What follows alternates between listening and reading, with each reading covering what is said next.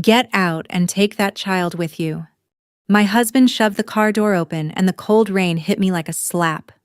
I stepped out with our 3-week-old son in my arms, and before I could even pull the blanket over his tiny face, Ryan's taillights vanished into the dark. Then a black BMW stopped beside me.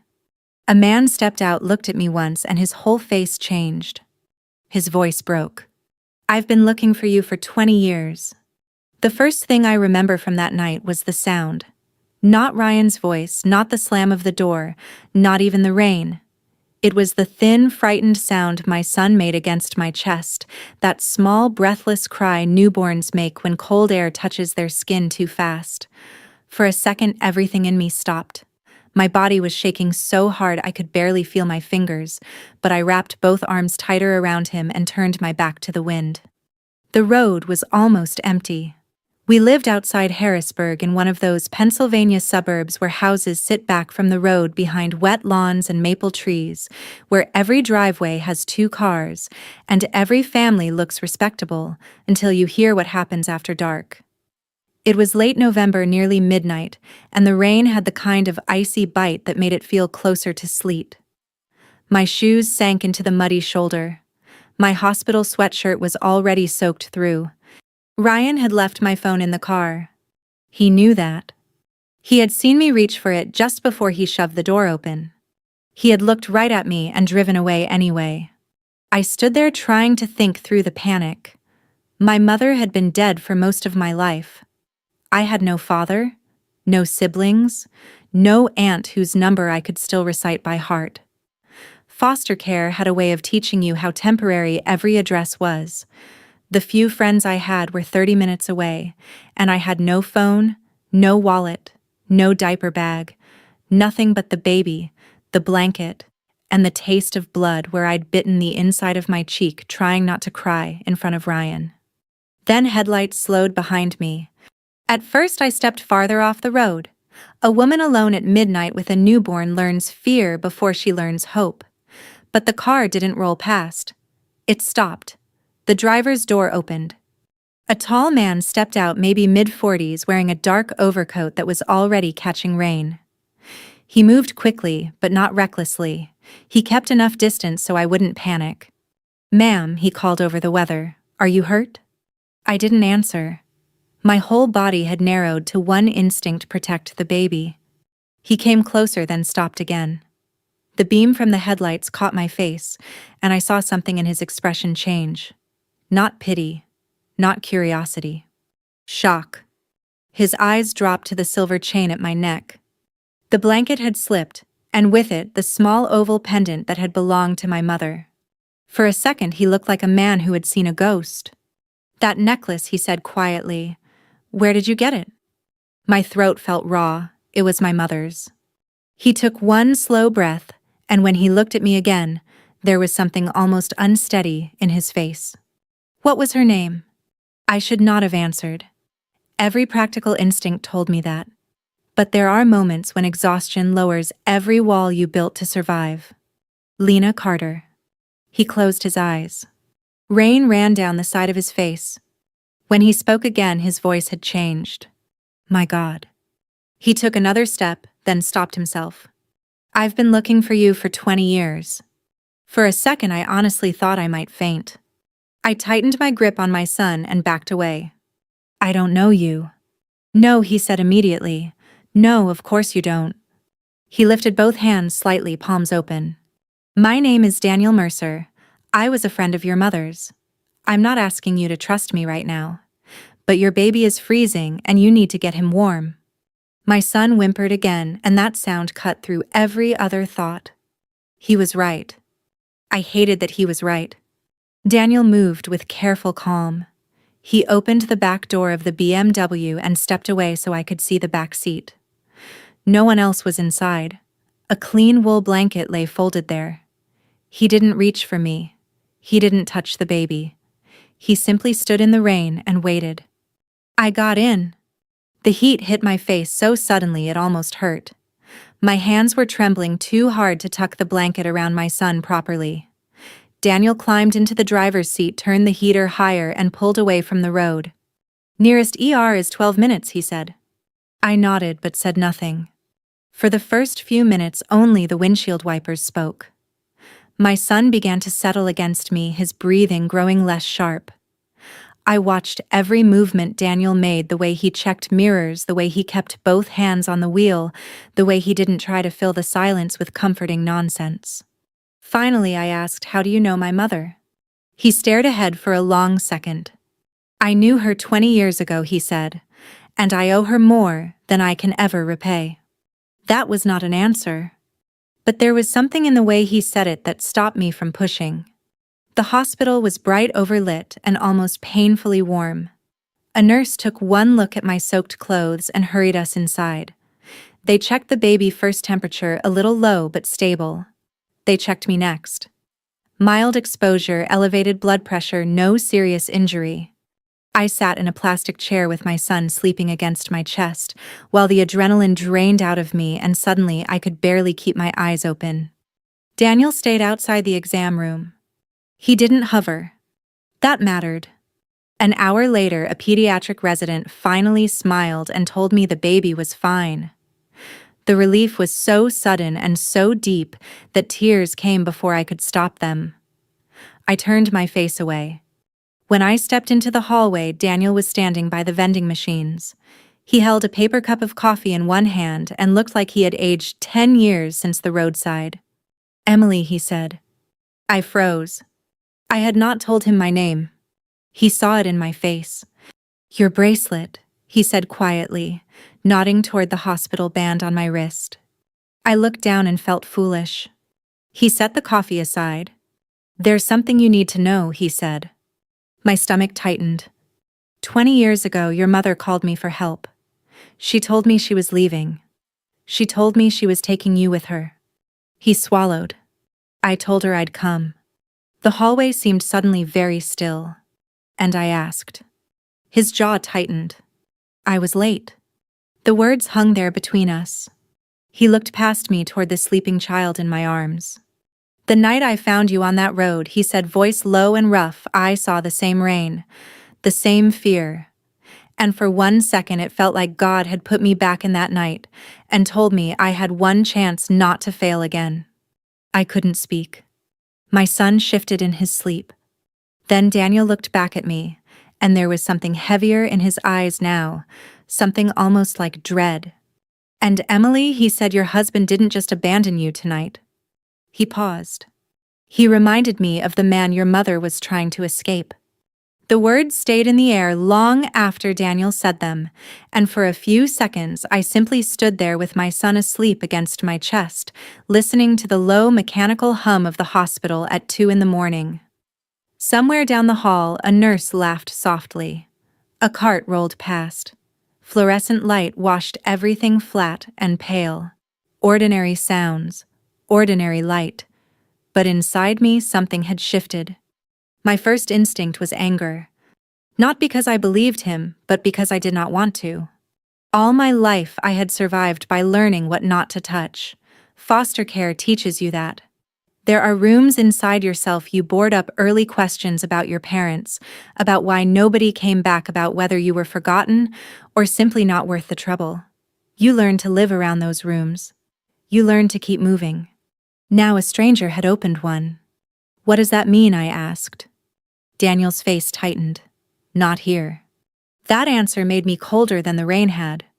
"You don't get to say things like that and then walk away." "I'm not walking away." "Then explain." He glanced at the sleeping baby in my arms. "You haven't slept. Your son needs warmth. You need food. I'm asking for 1 hour, then I'll tell you everything." I hated that he sounded reasonable. I hated even more that I had nowhere else to go. The social worker on night duty came by a few minutes later. She was kind, practical, in her late 50s, the kind of woman who had seen every version of disaster and no longer wasted words pretending life was fair. She asked if I had somewhere safe to stay. I said no. She asked if I wanted police called. My mouth opened but nothing came out. I should have said yes. Ryan had left his wife and newborn on the side of a road in freezing rain. That should have been simple. But abuse rarely looks simple when you're standing inside it. My mind kept trying to explain him. He was angry. He was stressed. He didn't mean it. He'd come back. Even after what he had done, part of me was still protecting the version of him I had spent 4 years loving. The social worker gave me a look I understood immediately. She had seen women make that silence before. Then Daniel spoke quietly. I have a guest house, separate entrance, separate key. Emily can leave any time she wants. She looked at me, not him. That your choice? I nodded. By the time we left the hospital, it was nearly 4 in the morning. The rain had thinned to a fine mist and the roads were almost empty. My son Noah slept in a borrowed infant carrier the hospital had given us. The BMW smelled faintly of leather and winter air. I watched the passing streetlights and tried not to think. Daniel lived outside town past a stretch of dark county road lined with bare trees and old stone walls. The house itself surprised me. Not flashy. Not one of those oversized modern places built to impress neighbors. It was older brick, wide front porch, warm light in 2 downstairs windows. A place that looked lived in. He led me not into the main house but to a small guest cottage behind it.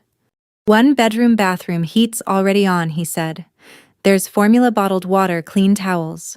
My housekeeper comes in twice a week but nobody will come in unless you ask. He set a small envelope on the kitchen counter. There's cash, just in case. I stared at it. I'm not taking your money. That isn't charity. Then what is it? His face was tired. A man trying to make sure a woman and her child don't stand in the rain again. He left before I could answer. I locked the door behind him.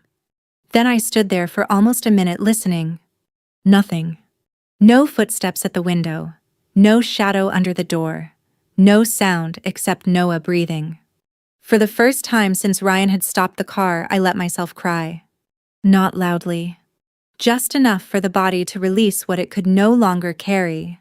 I fed Noah, changed him, wrapped him in a blanket, and finally sat in the armchair by the window until dawn turned the sky pale gray. At 7:30 my phone rang. For one panicked second I thought it was Ryan. It was the hospital. They had found my phone in the emergency intake bag. I must have dropped it there. Daniel had gone back at 6 and picked it up. I stared at the screen after the call ended. There were 14 missed calls. All from Ryan. Then a text. Where the hell are you? Another. Don't do anything stupid. And then, 10 minutes later. You made me lose my temper.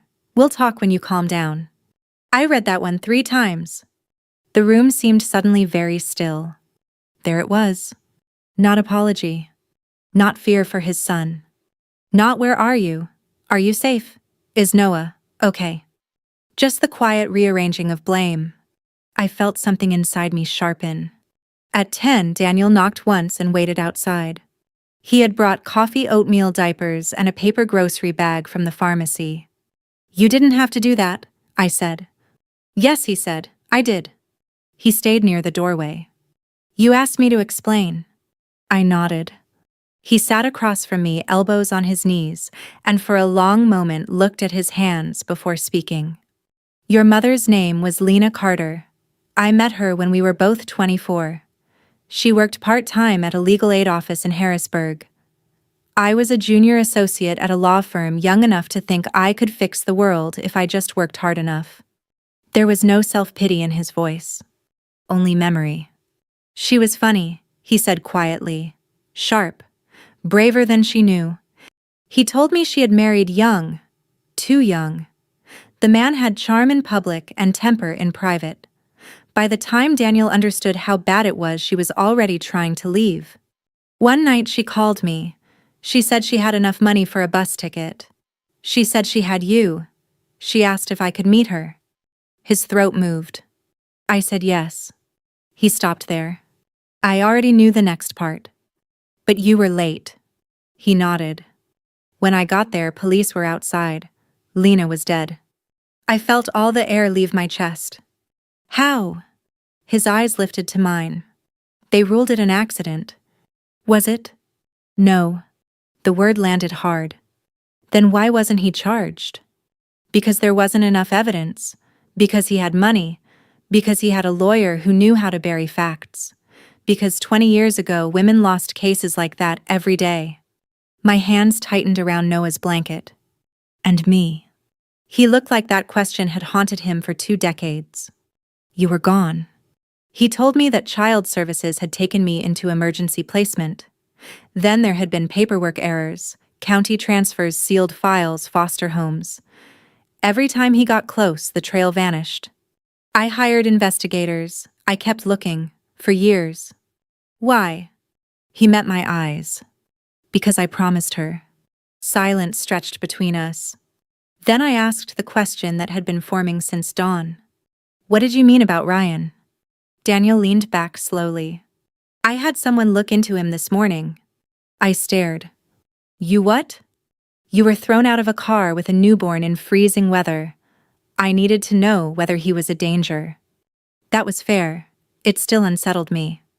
What did you find? His face hardened in a way I had not seen before. He has debt. More than he told you.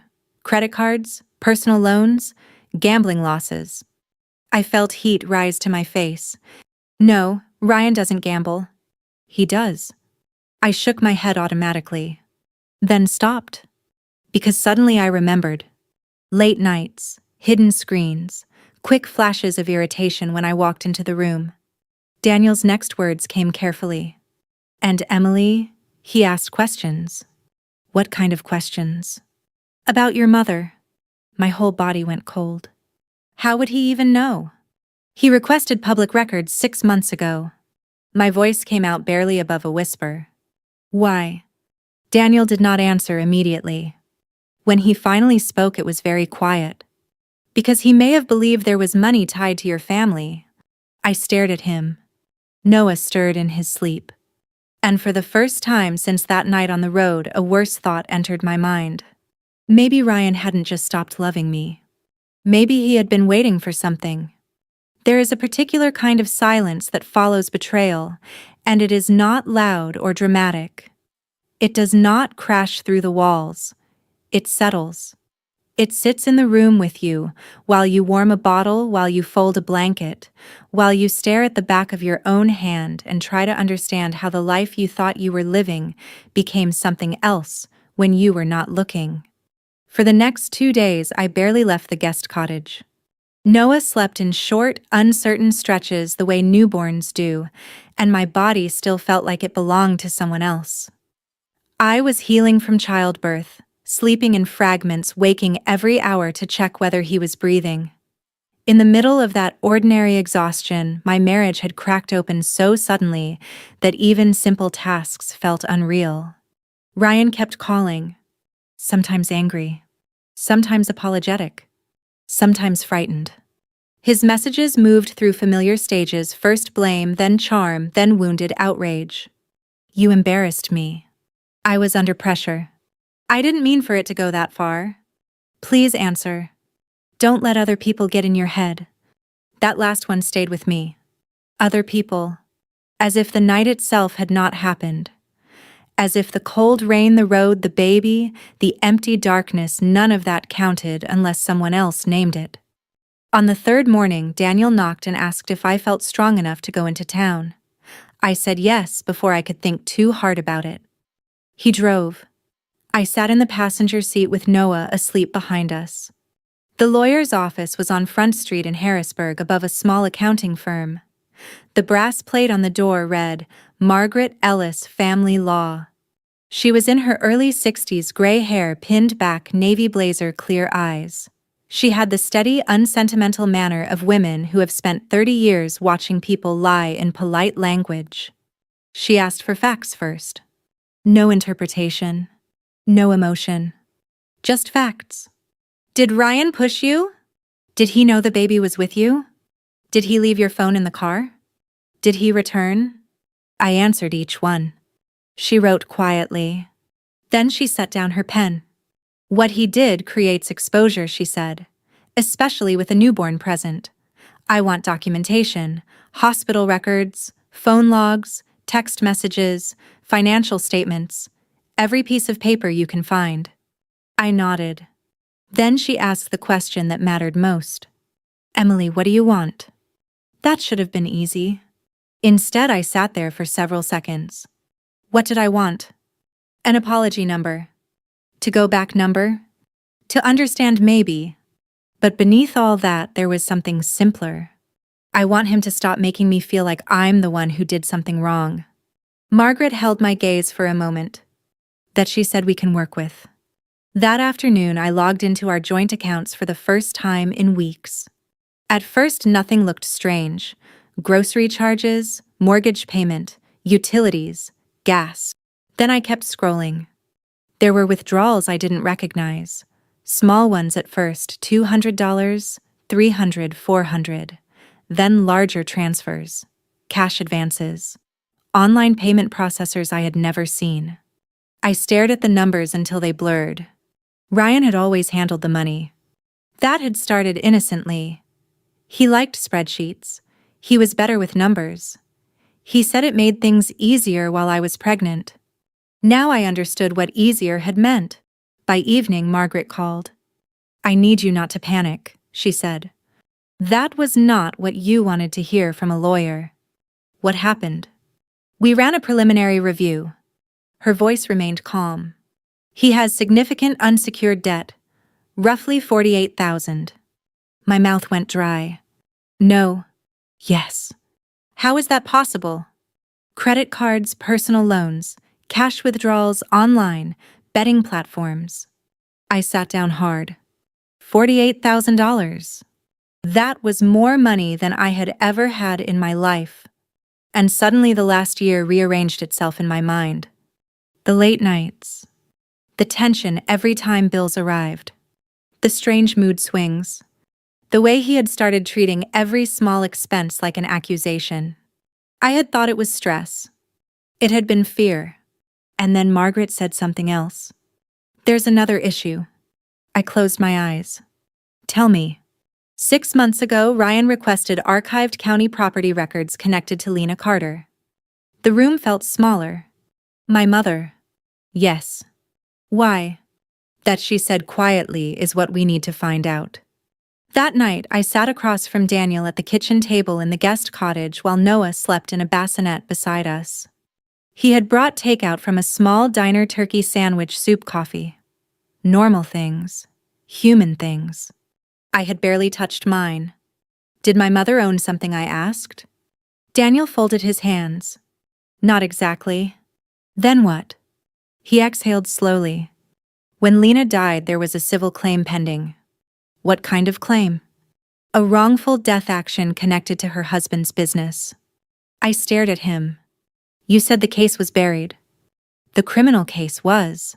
The civil matter never fully disappeared. He paused. There was a property interest, a small parcel outside Dauphin County. Not worth much then. It sat untouched for years. And now, there's development moving west. Logistics warehouses, distribution centers. Land values changed. My mind went immediately to Ryan. He worked in logistics. He would know. He would know exactly. How much, I asked. Daniel hesitated. I don't know exactly, but enough for someone desperate to care. I looked down at my hands. All at once I remembered little things I had ignored. Ryan asking whether I had ever looked into my family history. Ryan offering to help me request sealed records just in case. Ryan asking if my mother had left jewelry paperwork deeds. At the time it had sounded like curiosity. Now it sounded like inventory. The realization did not break me all at once. It entered quietly, then spread. The worst part was not that he had lied. It was that he had seen the most fragile part of me, the little abandoned child who had grown up wondering why nobody came back, and he had reached into that wound because he thought there might be something buried there worth taking. I stood up so suddenly my chair scraped the floor. I need air. Outside, the November night had turned clear and hard. The rain was gone. The cold had sharpened. I stood on the back porch breathing until the air hurt. Daniel came out a minute later but kept his distance. Emily. I didn't turn around. Did he ever love me? It was the question I had not meant to say aloud.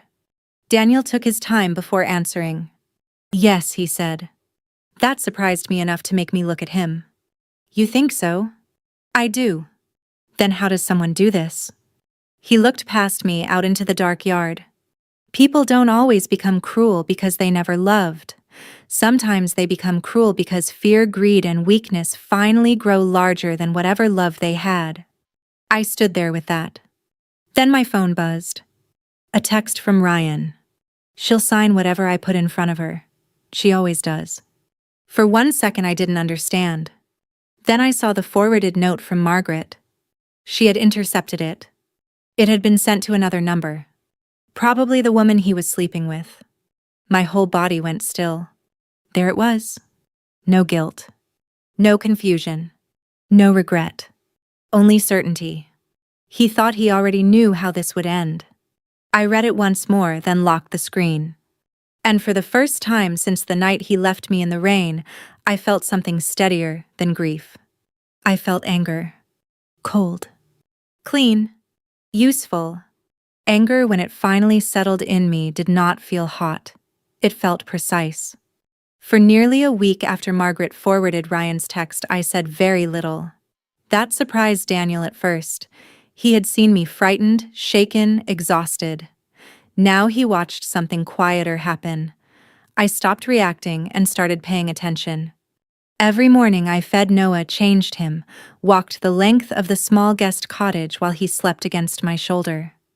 Then I sat at the kitchen table with coffee gone cold beside me and went through documents. Bank statements, credit card records, insurance papers, tax returns, phone logs. The rhythm itself steadied me, one page after another, one fact after another.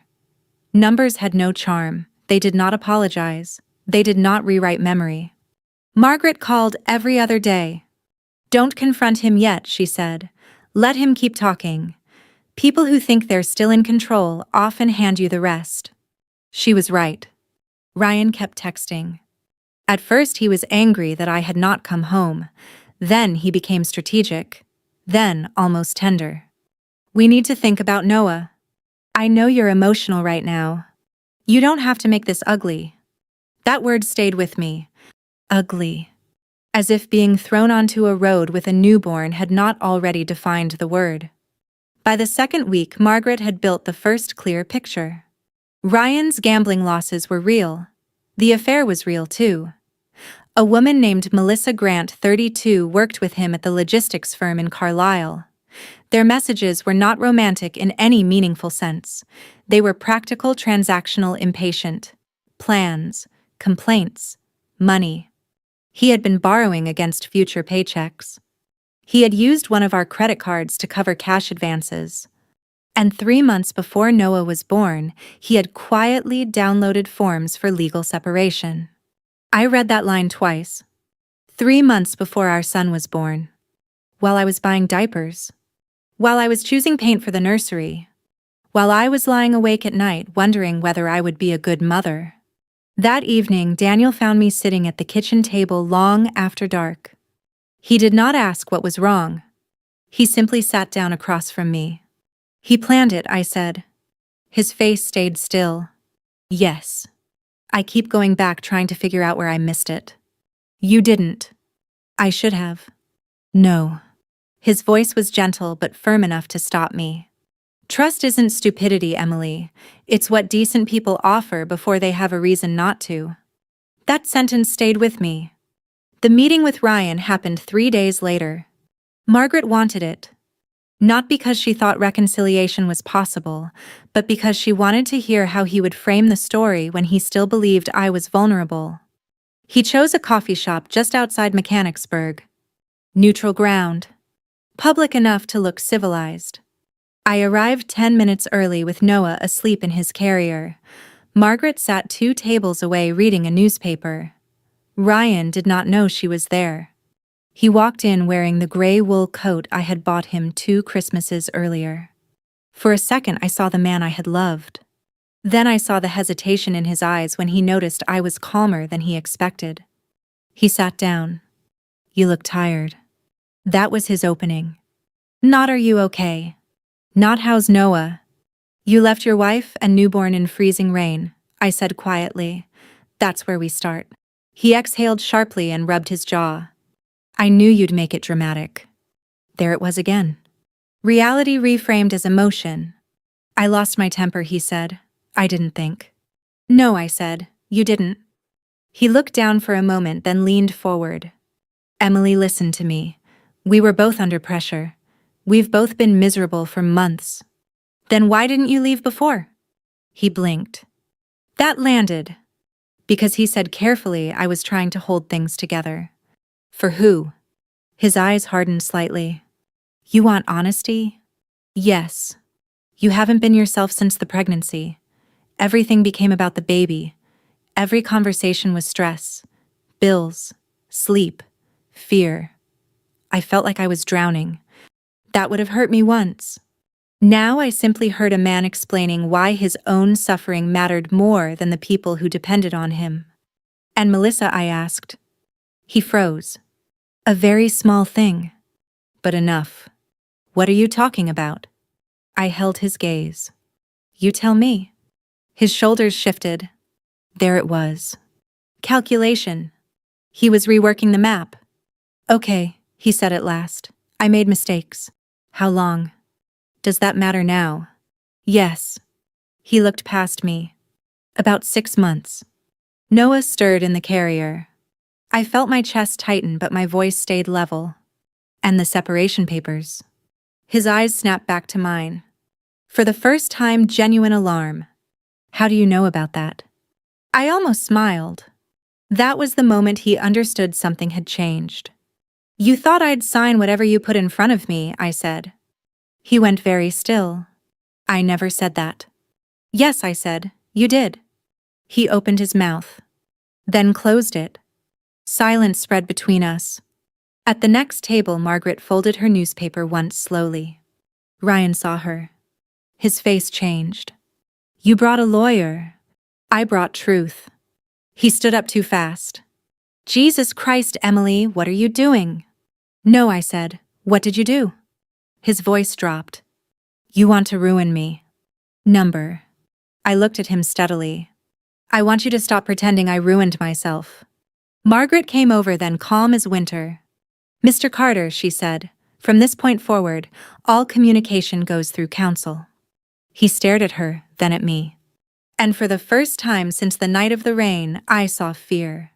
Not anger. Fear. He sat down again. "What do you have?" Margaret did not answer immediately. She opened a folder and laid out copies. Bank withdrawals. Credit records. Phone logs. The hospital intake report. And finally the text message. "She'll sign whatever I put in front of her." He looked at the page, and all the color drained out of his face. "My God," he said. He wasn't speaking to us. He was speaking to himself. The version of himself who had assumed no one would ever gather the pieces. Then he looked up at me. "Who did this?" My voice was quiet. "You did." Outside, the afternoon had turned gray again. He stared at me like I had become a stranger. Maybe I had. When I stood to leave, he said my name once. Not loudly. Just once. I turned. For a moment, he looked almost human again, tired, frightened, smaller than the man who had left me in the rain.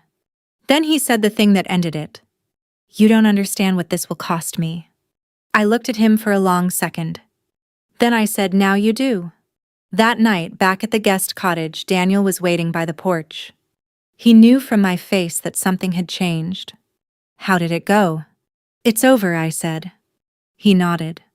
I thought that was the end of the evening. Then he reached into his coat pocket and handed me a small sealed envelope yellowed with age. My name was not on it. My mother's handwriting was.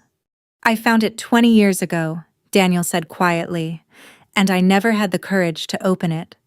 My fingers went cold. "What is it?" His eyes held mine. "The last thing your mother left behind." The envelope felt lighter than it should have. For nearly a full minute, I could not open it. My fingers rested against the paper, tracing the softened edge where time had worn it down. 20 years. 20 years of foster homes, borrowed bedrooms, school forms with blank lines where family history should have been birthdays that came and went, with no one who knew the day I was born except me. 20 years of believing that somewhere inside the story of my life there had been a door that closed because I was not enough. Now that door was in my hands. Daniel stood near the porch rail giving me space. He did not speak. Neither did I. Finally, I broke the seal. Inside was one folded sheet of paper. The handwriting was steady at first, then thinner toward the bottom. Emily. If you ever read this, it means I did not get far enough. I stopped breathing. I read it again slower. I want you to know one thing before anything else. I did not leave because I stopped loving you. I left because I loved you more than I could survive staying. My vision blurred. I sat down on the porch steps because suddenly my knees no longer felt reliable. The night was cold, but I barely felt it. She wrote that she had tried for months to leave quietly. She had hidden cash in a coffee tin behind the stove. She had packed a small bag. She had memorized bus schedules. She had called Daniel because he was the only person she believed would come. And then the sentence that broke something open in me. If you grow up believing I abandoned you, that will be the cruelest thing he ever did. For a long time I could not read past that. My whole life I had built myself around absence, around that old silent question children never say out loud because saying it makes it real. Why didn't she stay? Why didn't she come back? Now in 6 lines the shape of that grief changed. She had tried. She had tried. I finished the letter with tears running down my face. At the end she wrote, "Be kind but not small. Be brave but not reckless. And if someone teaches you to live afraid, leave before fear becomes your home." There was no signature. Just Mom. I don't know how long I sat there. At some point Daniel came down and sat one step below me. "I'm sorry," he said quietly. I looked at him. For what? For being 20 years late. He did not say it like a plea. Just truth. I thought about the road, the rain, Noah against my chest, the headlights stopping. "You came," I said. He looked down. Yes. That was enough. The divorce moved faster after that. Ryan's attorney pushed for quiet settlement. Margaret pushed back harder. The evidence of abandonment, the financial concealment, the debt exposure, and the documented risk to a newborn had changed the balance. In the end, he accepted terms he never would have imagined a month earlier. Primary custody stayed with me. He assumed responsibility for the personal debt he had hidden. The joint accounts were divided under supervision. He kept the house. I let him. By then, I understood something I had not known before: walls do not make a home if fear lives inside them. I saw him one last time in family court. He looked older. Not broken, not destroyed, just older. That mattered to me. I had not wanted ruin. I had wanted truth. When we stepped into the hallway afterward, he stopped me. "Emily." I turned. For a second, neither of us said anything. Then he asked, "Do you hate me?" I thought about it honestly. "No," I said. He looked surprised. "Why not?" "Because hate keeps you tied to the person who hurt you. Because rage can save you in the fire, but it is a terrible thing to build a house with. Because Noah deserved a mother who could walk forward." "You don't get that much of me anymore," I said. He lowered his eyes. That was the last time I saw him. Spring came slowly that year. Pennsylvania always takes its time with it. The trees stayed bare longer than you expect. Then one morning there are green tips on the branches, and the whole town feels as if it remembered how to breathe. By April I had rented a small 2-bedroom duplex 10 minutes outside Harrisburg. Nothing fancy. A narrow porch. A tiny kitchen. A cracked mailbox. It was perfect. I found part-time work with a nonprofit legal aid office. Strange how life circles back. Mostly intake paperwork, scheduling, answering phones. Small work. Honest work. Work that paid enough to begin again. Daniel helped with practical things when I let him. A crib. A used washer. A pediatrician recommendation. Nothing extravagant. He never tried to rescue me. That was one of the reasons I trusted him. One afternoon he came by with coffee and sat on the porch while Noah slept inside. "I set something up," he said. "What kind of something?" "A college fund." I opened my mouth to protest. He lifted a hand. "Not for you, for him." "Daniel." "It isn't payment," he said gently. "It's a promise." I looked at him for a long moment. Then I nodded. That felt right. A promise carried forward instead of backward. In early May it rained again. Not hard, just steady spring rain.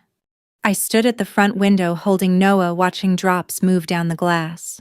For 1 second I was back there, cold road, dark sky, taillights disappearing. But this time the memory did not own me. I looked down at my son. He was warm. Safe. Half asleep, one small hand curled against my sweater. And suddenly I understood what had really happened that night. Ryan thought he had abandoned me. He had not. He had pushed me out of one life and without meaning to into the truth of another. The rain had not ended me. It had ended the lie. Daniel stepped onto the porch outside a minute later. I opened the door. He smiled at Noah. Then he looked at me. "You all right?" I looked past him at the rain, then back at the warm little house behind me. "Yes," I said. And for the first time in longer than I could remember, it was completely true. Revenge, I learned, is not always destruction. Sometimes it is surviving long enough to become unreachable. Sometimes it is refusing to let the people who wounded you decide what your life will mean. And sometimes the deepest justice is this: the child who once stood in the rain grows up, walks inside, closes the door, and finally feels safe. If this story stayed with you, if it reminded you of someone who kept walking when life gave them every reason to stop, take a moment and hold on to that. Sometimes the people who look strongest are simply the ones who survived the longest. And if you believe that truth matters, that dignity matters, and that beginning again is sometimes the bravest revenge of all, share this story with someone who may need it. Thank you for listening. If you'd like more stories like this, I'd be honored to have you here again.